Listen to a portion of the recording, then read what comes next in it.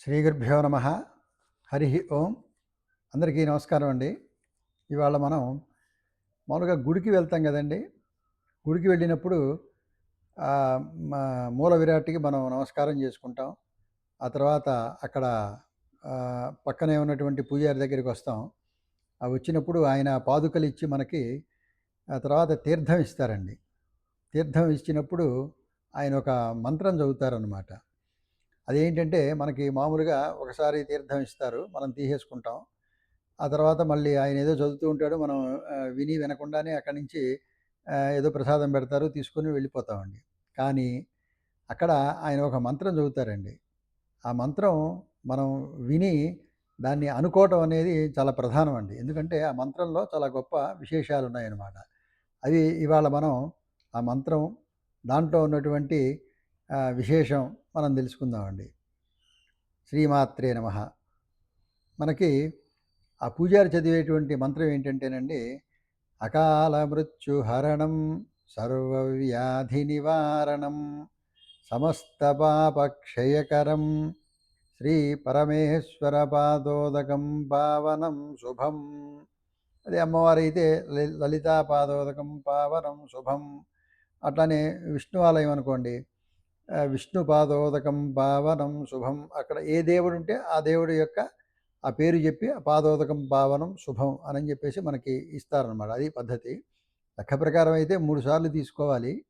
ఆ హడావుడి గుళ్ళో ఉన్నటువంటి రష్ను బట్టి వాళ్ళు సహజంగా ఒకసారే ఇప్పుడు తీర్థం ఇస్తున్నారనుకోండి, అది ఒక పద్ధతి. సరే, ఇప్పుడు మనం ఈ మంత్రంలో ఉన్నటువంటి విషయాలు చూద్దామండి.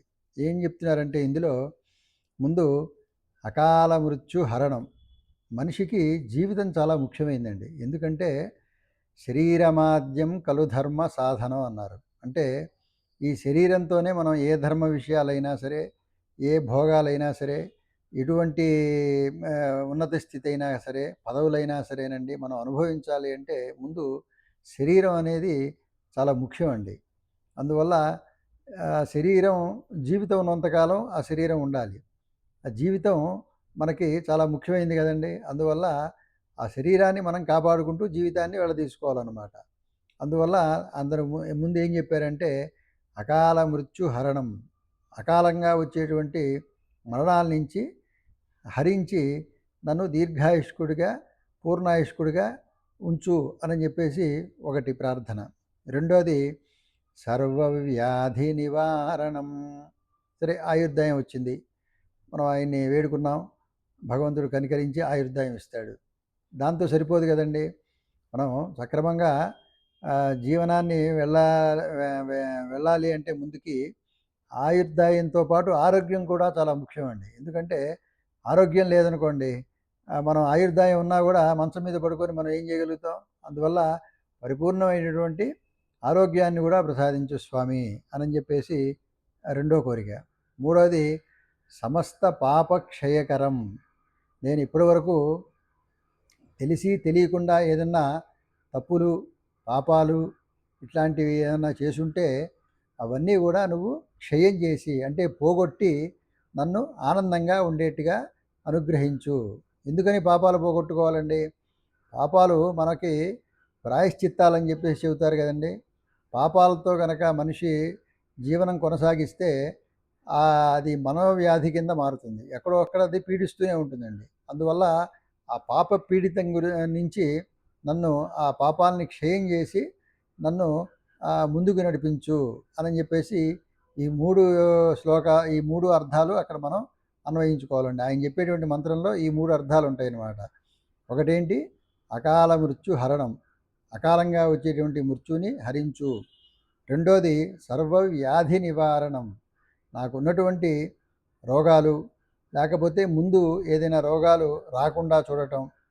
దాంతోపాటుగా తెలిసి తెలియక చేసినటువంటి పాపాలన్నీ కూడా క్షయంగా చేసి నన్ను పరిపూర్ణమైనటువంటి ఆనందంతో ఈ జీవితాన్ని కొనసాగించేట్టుగా చూడు మహానుభావ అని చెప్పేసి ప్రార్థిస్తూ ఆ పాదోదకం పావనం అంటే ఆ దేవుడికి అభిషేకం చేసినటువంటి ఆ పాదాలని అభిషేకం చేసినటువంటి ఆ పావనమైనటువంటి నీరుతో మీకు ఈ యొక్క తీర్థం ఇస్తున్నాము. వీటి ద్వారా మీరు ఆ 3 ఉపయోగాల్ని పొందండి అని చెప్పేసి ఈ మంత్రం యొక్క అర్థం అన్నమాట.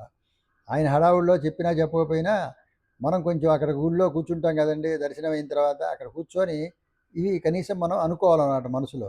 అప్పుడే మనకి దాని యొక్క ఫలితం వస్తుందన్నమాట. తీర్థం ఎందుకు తీసుకుంటున్నాము అంటే మంచి సుగంధాలతో కొన్ని కొన్ని విష్ణువాలయాలు ఉన్నాయనుకోండి, పచ్చకర్పూరం వేసి యాలకులు, లవంగాలు వీటన్నిటితో మంచి తీర్థం ఇస్తారు.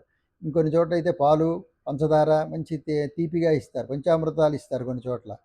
ఆ రుచితో పాటు మనం అసలు అర్థం తెలుసుకోవాలండి. ఈ తీర్థం ఎందుకు తీసుకుంటున్నాను అనేది కనుక తెలుసుకుంటే అప్పుడు మనకి ఇంకొంచెం విశేషమైనటువంటి ఫలితం వస్తుంది. ఆ తర్వాత దాంతోపాటండి ఇంకా కొంత కొనసాగింపు ఉందండి దీంట్లో ఈ మంత్రంలో. అదేమిటంటే అజ్ఞానమూలహరణం జన్మ కర్మ నివారణం జ్ఞానవైరాగ్య సిద్ధ్యర్థం గురుపాదోదకం శుభేత్. అంటే అజ్ఞాన మూలహరణం. మనిషికండి ఏ సమస్య అయినా సరే అజ్ఞానం వల్లే వస్తుందండి. జ్ఞానం సరిగ్గా లేకపోతే దాన్ని అజ్ఞానం అంటాం కదా. ఆ అజ్ఞానం వల్లే మనిషికి అనేక రకాలైనటువంటి సమస్యలు, ఆఖరికి ఈ జన్మ కూడా అజ్ఞానం వల్లే వస్తుందని చెప్పేసి వేదాంతంలో చెబుతారనమాట. అందువల్ల అటువంటి అజ్ఞానాన్ని మూలహరణం, సమూలంగా ఒక చెట్టు పాతుకుపోయిందనుకోండి, దాని యొక్క వేళ్ళు లోపల ఎక్కడో ఉంటాయన్నమాట. ఆ చెట్టు తీయాలి అంటే ఆ వేళ్ళని సమూలంగా తీస్తే కానీ ఆ చెట్టును మనం తీయలేమన్నమాట.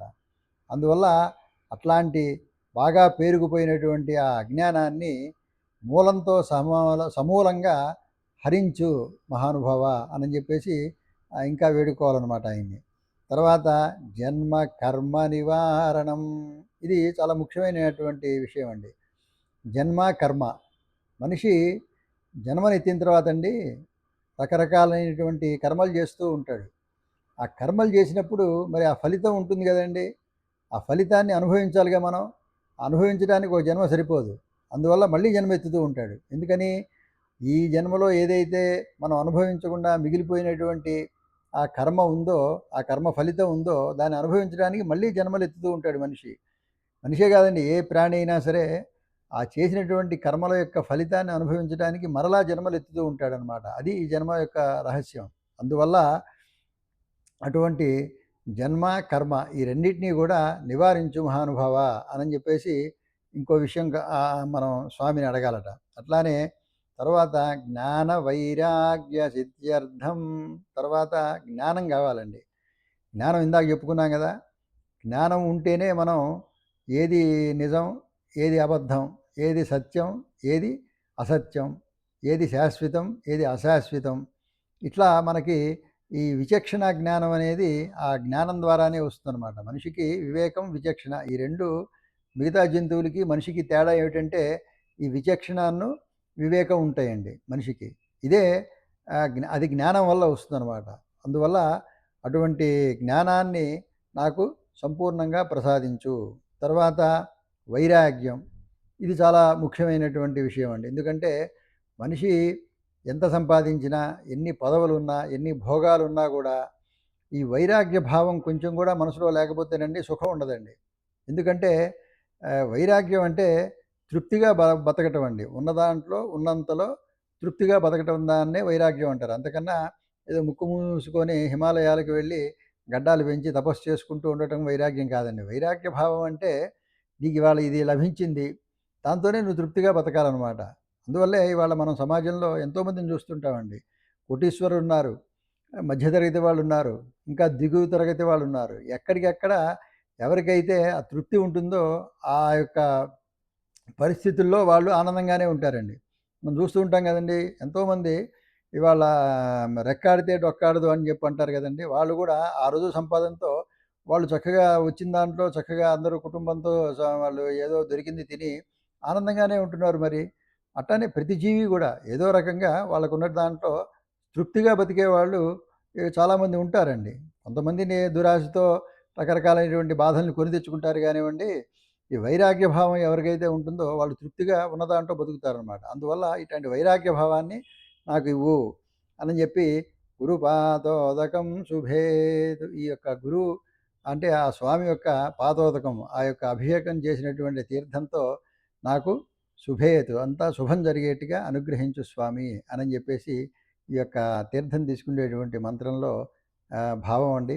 ఈ భావాన్ని అందరూ గ్రహించండి. అట్లానే గుడికి వెళ్ళినప్పుడు పంతులు గారు హడావుడిలో మీకు మొత్తం ఈ శ్లోకాన్ని మీరు చదువుకున్నా చదువుకోకపోయినా నేను మీకు డిస్క్రిప్షన్ బాక్స్లో ఇస్తానండి. దీన్ని కొంచెం ఒక 4, 5 సార్లు చదువుకుంటే మీకు వచ్చేస్తుంది తేలిగ్గానే. అది మీరు నోట్ చేసుకొని గుడికి వెళ్ళినప్పుడు ప్రాక్టీస్ చేశారనుకోండి, ఒక 5, 6 సార్లు చదువుకుంటే మీకే అది వచ్చేస్తుందనమాట. అందువల్ల ఇట్లాంటి ముఖ్యమైనటువంటివి మనం కొంచెం మన సనాతన ధర్మంలో మన మంచి కోసం చెప్పారు కాబట్టి వీటిల్ని మనం గుర్తుపెట్టుకొని కాస్త పాటిద్దామండి. దాని యొక్క ఫలితాన్ని అనుభవిద్దామండి. సర్వే జనా సుఖినో భవంతు. లోకా సమస్త సుఖినో భవంతు. స్వస్తి.